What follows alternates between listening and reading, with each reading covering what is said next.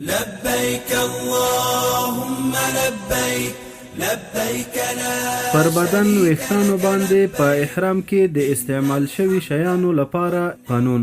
116مه پوښتنه: احرام والا چې پر بدن یا ویښتانو باندې یو شی استعمال کړي د دغه لپاره یو عام قانون شته که نه؟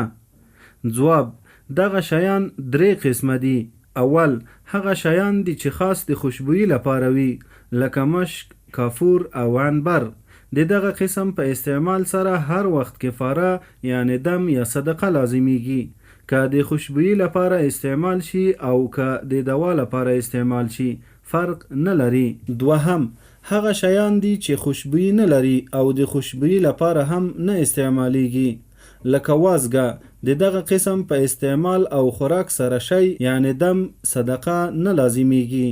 دریم هغه شیان دي چې یوازې د خوشبویي شیان نه وي بلکې د خوشبویي او خوراک دواړو لپاره استعمالیږي، لکه د زیتون تیل یا د کنجدو غوړي.